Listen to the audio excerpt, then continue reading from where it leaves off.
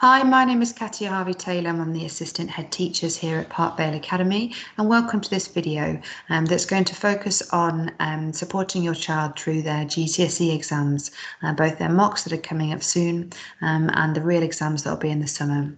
This session is specifically for parents, although it may be very beneficial for you to sit and watch it with your child. There are a few activities during the video that you can complete, or you can do them afterwards. And there's also a separate video also available on the website for the students.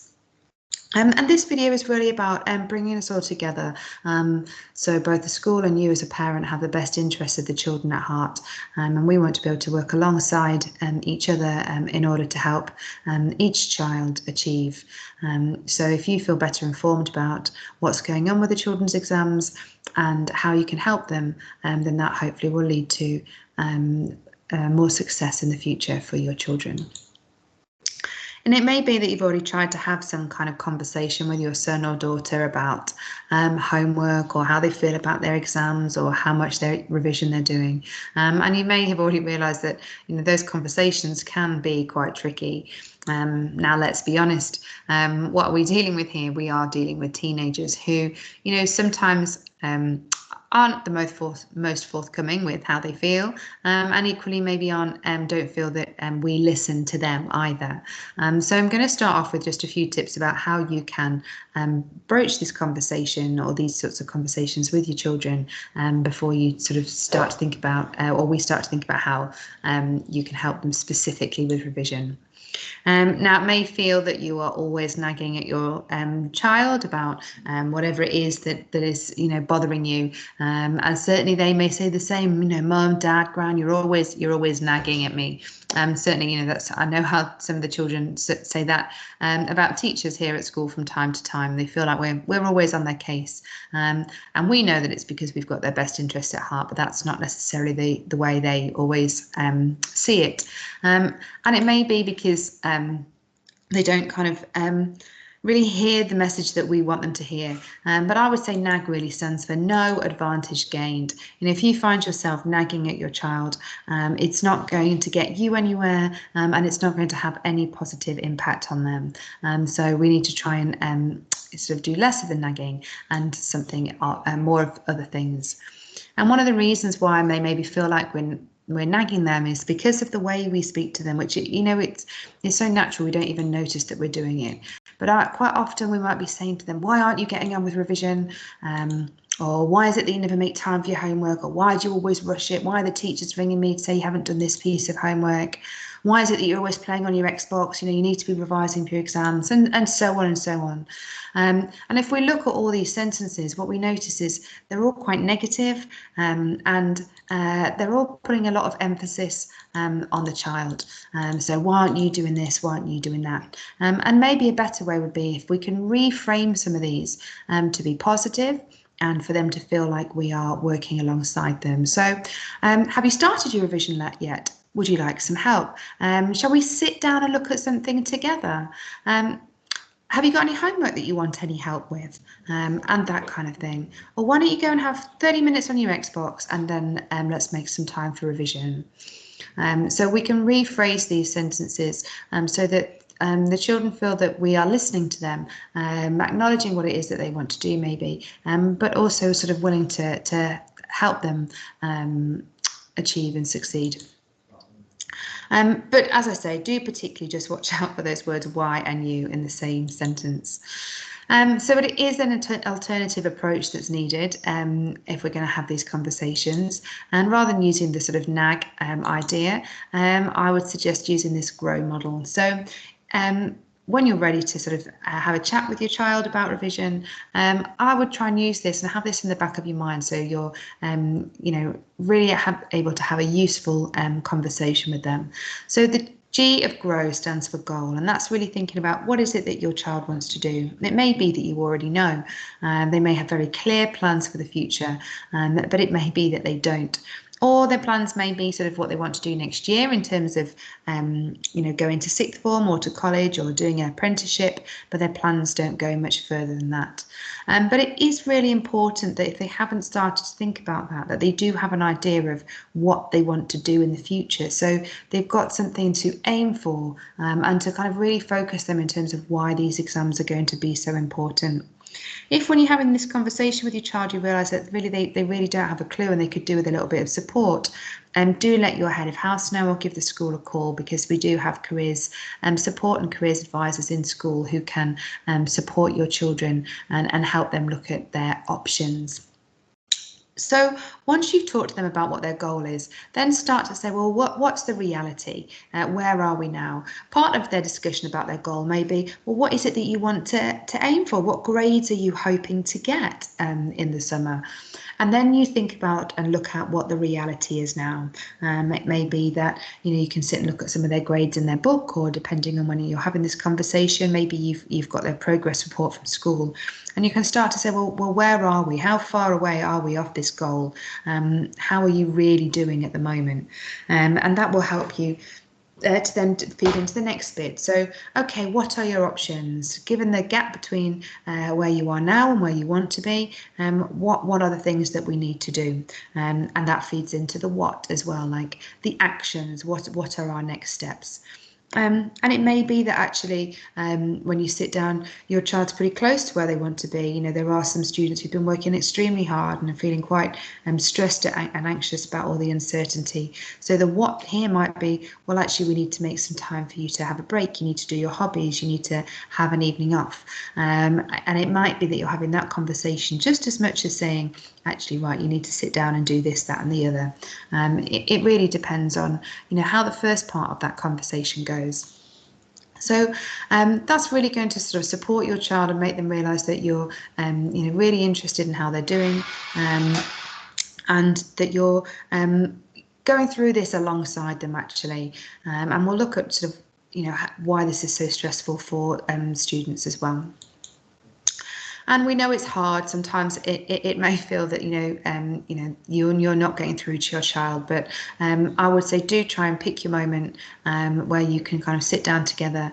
Maybe there's an evening where it's just the two of you in the house, or they're not on their phone, and you think actually this might be a time to sit down and say, right, come on, let's get a plan together. What is it that we're going to do in order to help you with this revision? So really, just to sum up then, you've got to work with what you've got. Don't expect if your child doesn't sort of normally confide in you about stuff that you're going to suddenly sit down and have a big heart-to-heart. But obviously try and avoid that negativity when you're talking to them. Don't take it personally if they don't want to have a chat with you just yet about that. Doesn't stop you trying again another time, but do choose your time carefully, when they're not tired, when they're just rushing out of the door, or as I say, when they're engrossed in their phone, and think of in that conversation encouraging them to reflect, and you reflecting on things as well, rather than being sort of reactive to the fact that maybe they don't seem to have started their revision yet. And hopefully those sort of pointers will help you open up that conversation with them.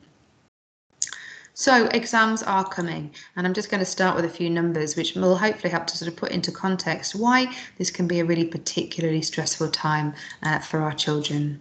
They may think that the exams are 1 year away, but we are already closely approaching November, and the exams will start in May. So, when they think, oh, it's a year away, actually we're already only 6 months away from these exams. And they will probably sit about 21 exams. So that's quite a number of exams.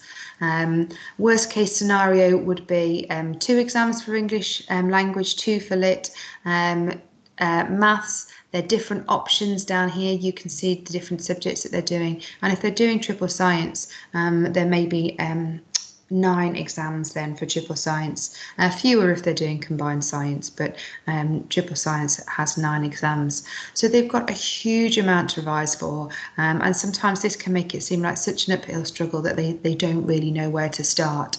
Or for those who have already started, they might still be thinking, I'm feeling quite overwhelmed at the amount of revision that they've got to do.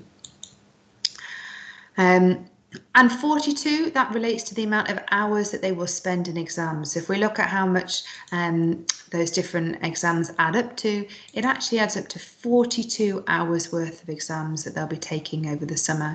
And that is an immense pressure on them. So again, you know, if they're feeling stressed and anxious, I think, you know, helping to see the figures at what, you know, they've actually got to cope with will help us to support them a little bit more. 110.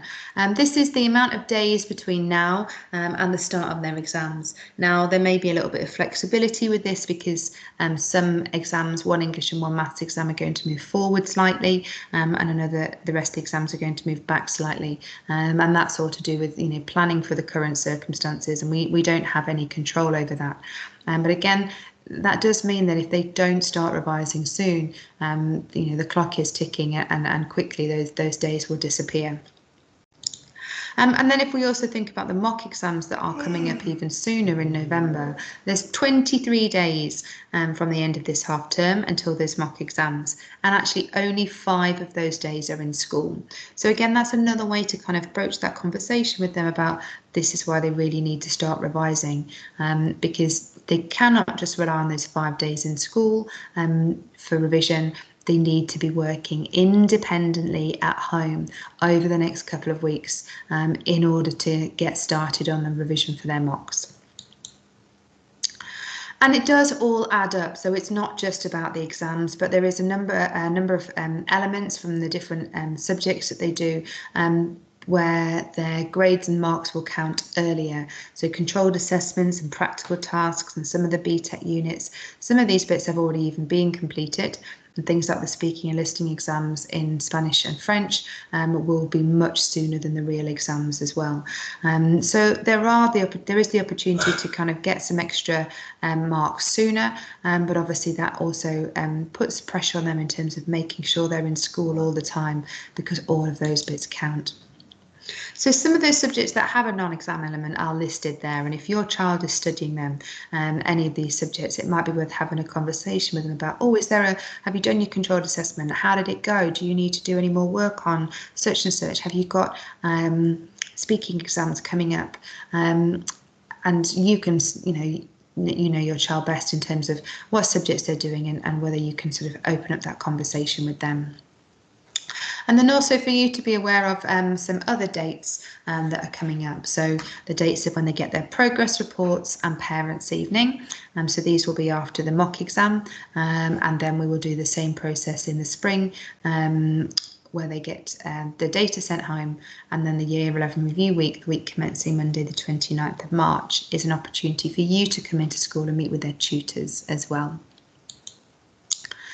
So the mock exams start on the 9th of November, and there'll also be another lot of mock exams on the 1st of March. The reason for us having 2 windows of mock exams there is firstly for them to realise at this stage in November, you know, where they're at and what still needs doing. And then also they have another opportunity nearer to the real exams when they're really sort of well into their revision by then. And also because most subjects have at least 2 papers, so that allows them to sit 1 paper in the first round of mock exams and 1 paper in the second round. So there's really no surprises, and they've had the opportunity to have a go at both. We follow up that mock fortnight with a mock results day, and this year it'll be on Monday the 27th of November. And during that day, students will meet with a head of house or a head of department or one of the senior leaders in school, and they will be given an envelope with their results in, and they will get to open that just like it's a real GCSE results day. And part of that is just to give them the experience of that, and see how it makes them feel, see how they would react if this were their sort of real GCSE results.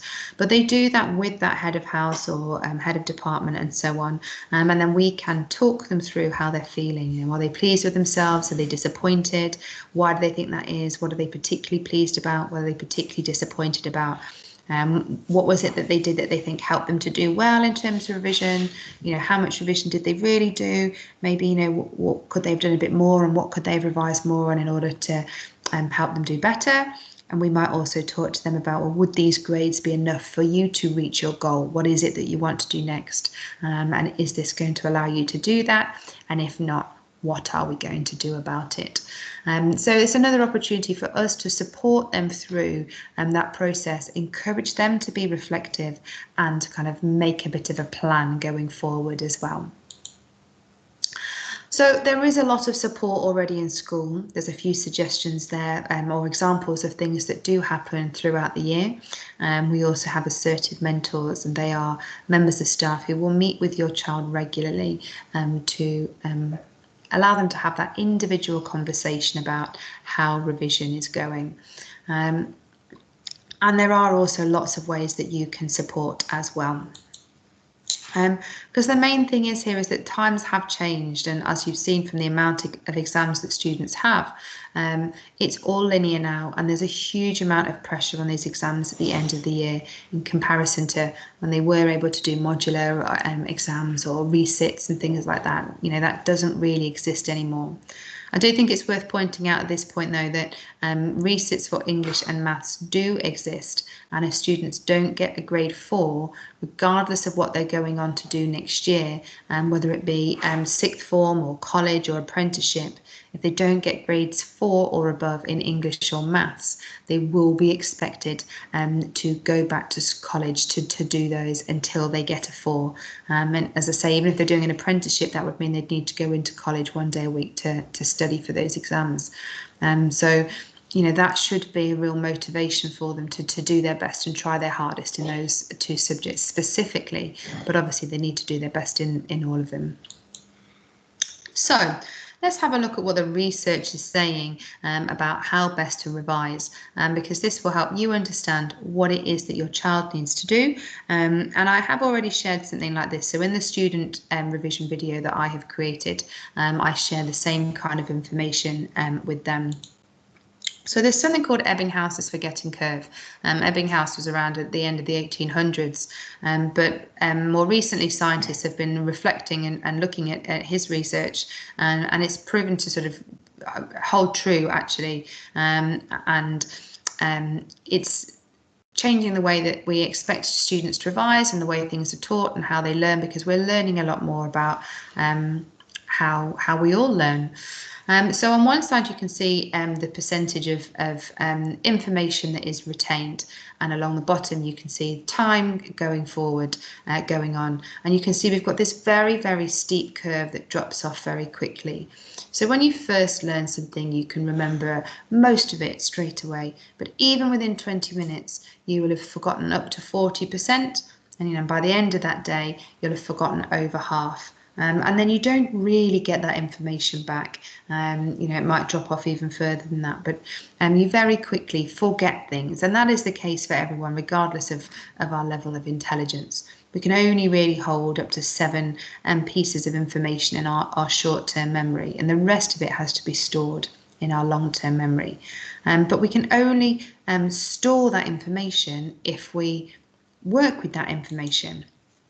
And what research tells us is that actually if we want to sort of stay up here with remembering more, we have to keep coming back to that information. Every dip and every rise in this curve is, you know, when the person has forgotten that information, and then they revisit the topic, and each time they revisit it, they remember it. But what's more interesting is, even though they forget it again, each time they learn it, they're remembering slightly more each time. So that information sticks the more they come back to it. So really what that means is research is saying that revision is crucial. We need to keep coming back to the same topics. You know, potentially 3 times is the number that they think is key to help us remember things. So just because you revise something once doesn't mean that it's done. You need to keep coming back to it and back to it. And actually, that's another reason for why it's so important that revision starts early, so that they can keep coming back to their revision between now and the summer. So what is it that you can do to help? I'm going to take you through 5 key ways that are listed here that you can help to ensure your child's success and confidence at school and their exams in the next few months. So the first one is attendance. Attendance really matters, and it may be that you're thinking, oh well, my child's got 90% attendance. That sounds great. It sounds like quite a high number, but actually 90% attendance means out of the 38 weeks that they're in school, over the course of a year, they have been absent for up to 4 weeks. That is 100 hours of learning time. It's a huge amount, and it does have an impact on their grades. Research has shown that even improving attendance by 1% can have an impact on raising achievement up to 5%, and that conversely, missing up to 20 days in school, so up to 4 weeks, equates to losing a whole GCSE grade in every single subject. So children who tend to have attendance 90% or below tend to do one grade sort of worse really in every single subject. So we would really say 95% as a minimum. In year 11, we're really trying to aim for 97% or higher. We know obviously given the current circumstances that there are situations that mean your child maybe can't attend school, and we understand that, and we will do our best to provide high quality work for them to keep up to date with at home, so that they are not falling behind or sort of feeling penalised by the fact they're not able to come into school for whatever reason at the moment. But other than obviously current COVID situation, do please make sure that they're in as much as they can be. And here's just an interesting graph that really highlights that. So in the orange columns, you can see the amount of grades a student would get A star to C. So this is the sort of old grade. So now that would be 9 to 4. And you can see that this drops very clearly if their attendance drops. So here we have students who get attendance between 93 and 100%. They have the highest level of highest amount of grades, highest amount of them getting grades five grades A star to C, and then conversely at the bottom end, with their attendances below 90% or less than 88%, a lot fewer are getting 5 A stars to C's, and equally even the 5 A stars to G's does tail off with when attendance drops. But I think the main thing here is particularly it's the higher grades that they miss out on. So maybe they can still do it, but actually they'd be able to do it so much better if their attendance is right up at the top end. So the next thing that you can do in terms of supporting your child is creating the right environment, and this can often be a tricky one, if children have to share a bedroom or something like that. If you can find a little corner for them somewhere where they can get themselves sorted and work, if it needs to be at the sort of kitchen table or something, then obviously just be mindful that they're probably trying to concentrate. They might be quite stressed. The work might be difficult, and if you have got another space that everyone can go and sit in whilst they're trying to do half an hour or an hour's revision, that is really helpful. But it may be that there isn't a space at home for them to do that, and there is plenty of support in school and opportunity for them to stay behind and work at school if there isn't somewhere quiet for them to work at home. It may be even if they do share a bedroom, just being conscious of the fact that when they say, oh Dad, can I go up and revise for an hour, that you ask their siblings to kind of stay out of the way so they're not interrupted. And I would say before they start any revision, do sort of check that, have they got the correct equipment? Do they need some highlighters? Have they got all their files and papers in order? Because otherwise, when they go up to revise, they might be saying, oh, yep, I'm going up and I'm going to get myself organised. But they'll spend a lot of time just getting the equipment ready, getting their pencils sharpened, tidying their desk or whatever it is, and then suddenly deciding that they need a snack or what have you, rather than actually getting down to the hard work, which is the revision.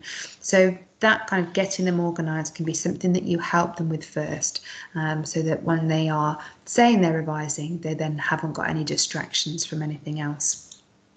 And I think that is the important thing, is that when they are revising, that they really need to be doing what they say they're going to do. So not saying, oh, I'm going to revise, and then sitting on their phone for half an hour, because the reality is if they don't do that studying, they're never going to get the grades that they want.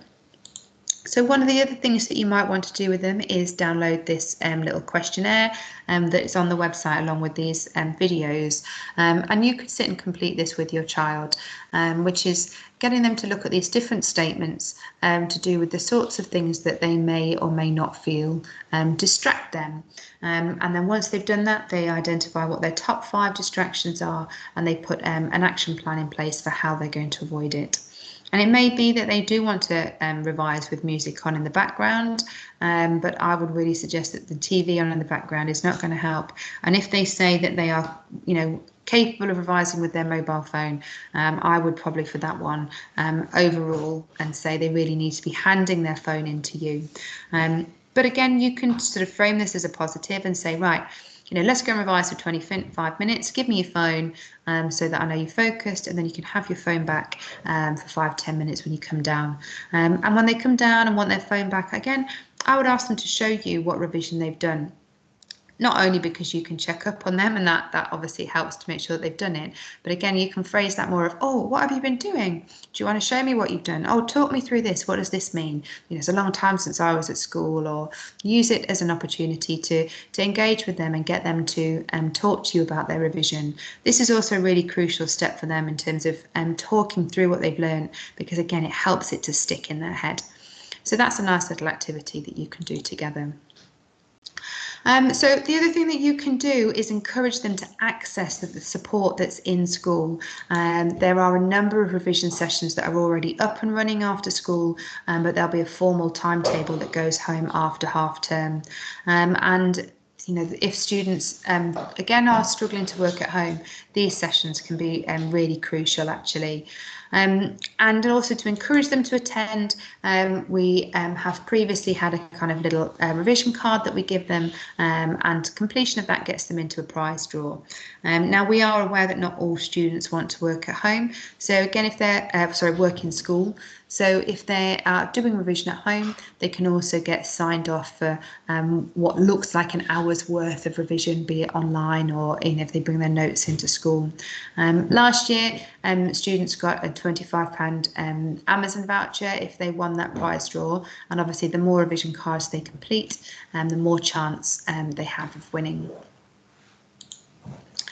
You can also help support the school by looking at their homework, checking that they've done it, and asking them about their homework again. So again, rather than it feeling like you're nagging and feeling like you're checking up on them, you can ask them about their homework and sort of take an interest in it and encourage them to show you in that way, rather than say, right, I want to see that you've done this.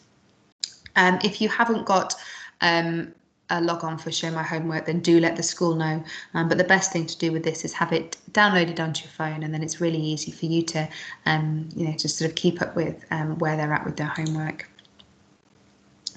Another thing that you can do with them at home is create a revision timetable. And students often need a little bit of encouragement with this. They don't want to kind of pin themselves down. They may feel like you're encouraging them to kind of plan out every minute of their life and give it over to revision. But actually, the idea of the revision timetable is about making the most of their time. Identifying when they're going to have time off, when they've got other outside school commitments, and then making sure that the sort of time doesn't disappear, and they allocate a little bit of time every evening, or bigger chunks maybe at the weekend to revise. And that really depends on how they want to work. They might want to do one night on and one night off, or they might want to kind of do it Monday, Tuesday, Wednesday, and leave themselves, Thursday and Friday night off, or they might want to work all week and give themselves the weekends off. That really depends on the individual. But often students need a little bit of encouragement with this. This also fits into what we know about how revision works. It's best if revision is spaced out over time, this idea that they can then keep coming back to it. And it's good if they kind of chop and change between different subjects. So rather than sort of saying, right, I'm going to revise English all this week and maths all the week after, it's better if they change between the subjects. This idea of distributed practice also helps the information to stick and helps them to revise more effectively. So again, you can download a revision timetable from the school website, and this might be something that you sit and complete with your child. Another point of sort of suggestion here is that they don't just put the subject that they're going to revise, but they really commit to saying, right, I'm going to revise this topic, or I'm going to look at this element of this course, so that being really specific in terms of their revision, which helps to make it more achievable. Other things that can be really effective as well, maybe instead of doing a revision timetable, is writing a to-do list of all the things that they want to achieve in terms of revision, and then that sort of prevents things getting missed off, and then they can allocate days or times to each of the jobs and pieces of revision that they want to do. And the nice thing to do there is display it somewhere sort of open and public, maybe in the kitchen, so that when they've done something, they can come down and have the satisfaction of crossing that off, and you can also praise their accomplishments as well, rather than it being something that's sort of stuck up in their room and maybe doesn't get seen by anybody else. So here's an example of what that revision to-do list might be like. Here's one for English literature, where the students listed all the subjects, they've said what order they're going to do them, and then they've given themselves 3 columns so that they're coming back to it 3 times, where they can just tick it off as they've done it, and then sort of cross it off when that's completed and move on to the next one. And then what else can you do? Now this is obviously a big one, and some parents might not feel comfortable, but helping your child to revise can be really key. And even if they maybe don't want your help, if you have a little bit of knowledge about how best to revise, you can kind of give them some suggestions and gentle nudges in the right direction.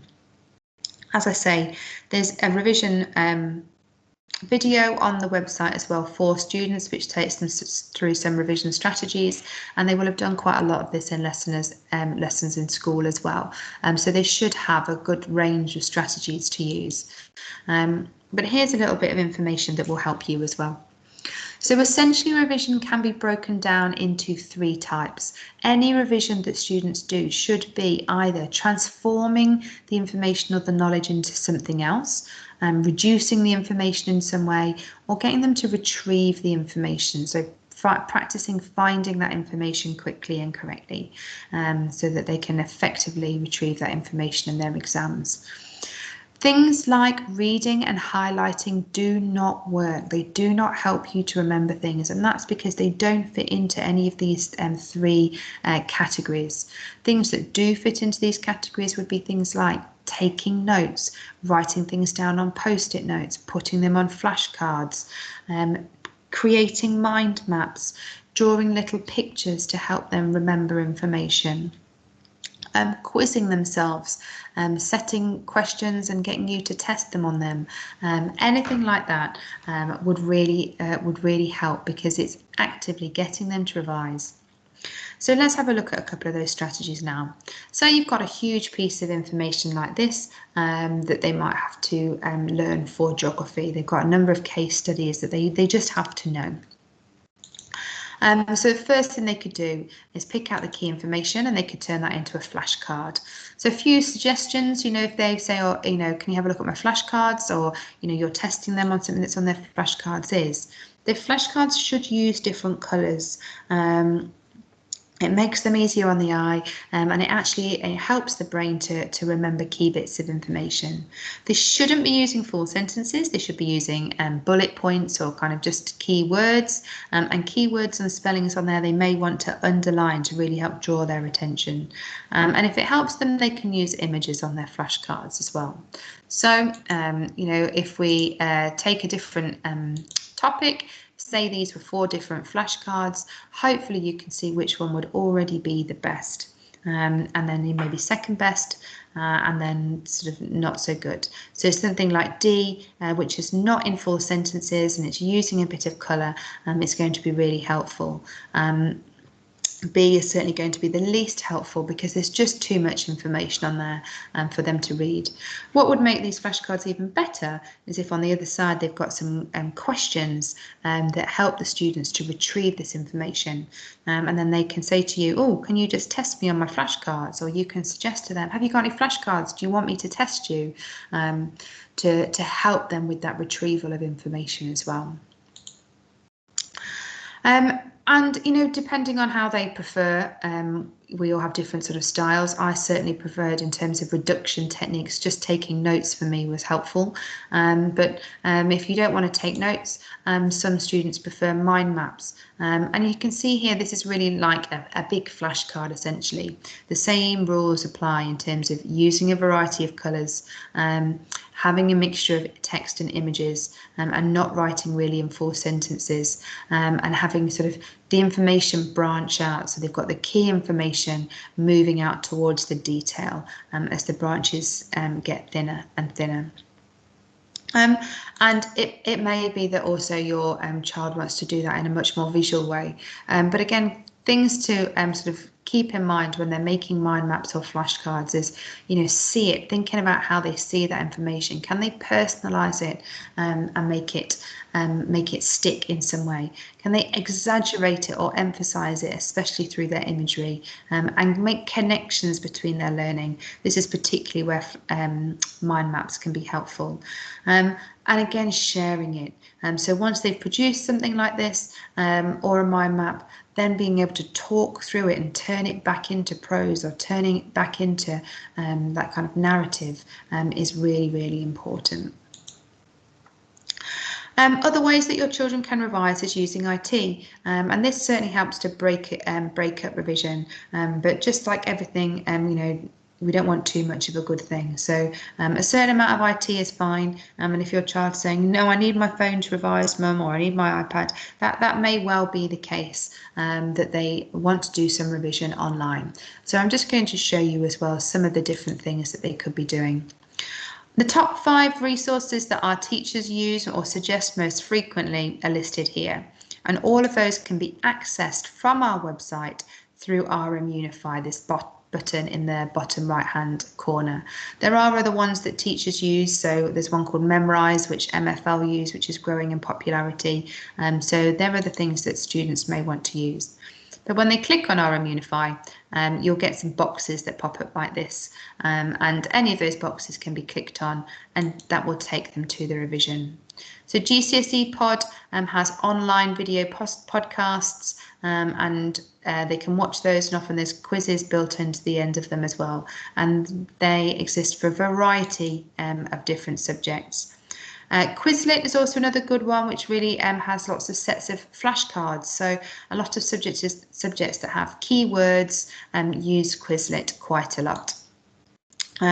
So here you can see one for geography, where there's different study sets of key information and keywords, and then they can do different things across the top here, focus on how to write or spell or test on these words, and they can play games that get them to match information as well. So on one side it will have the keyword, on the other side it will have the definition, and once they've tested on them, then they can play games. So for example, on this one, they have to drag the keywords to the relevant image, and it even times them, so they can really focus on retrieving this information at a pace, really, just like they will have to in the exam. Seneca is another really useful tool. It has inbuilt questioning as students go, and the other reason we use it quite a lot is because the teacher can also see what the students are doing, so we can really monitor them and make sure that we're directing them to the right information. Students can work through at their own pace, or they can work through the assignments that have been set by their teacher. And you can see here there's a piece of information that they have to read, and then once they've read it, there's a quiz there, a question automatically to check that they've read what it is that they're meant to. The great thing about Seneca as well is that as they get questions wrong, the software will correct them, but it will ask the question again later. So it will keep going until we get that sort of positive reinforcement until the student gets the question right. And YouTube is also a really helpful place for revision, particularly for going to free science lessons or going to Mr. Bruff. There's a huge amount of information there.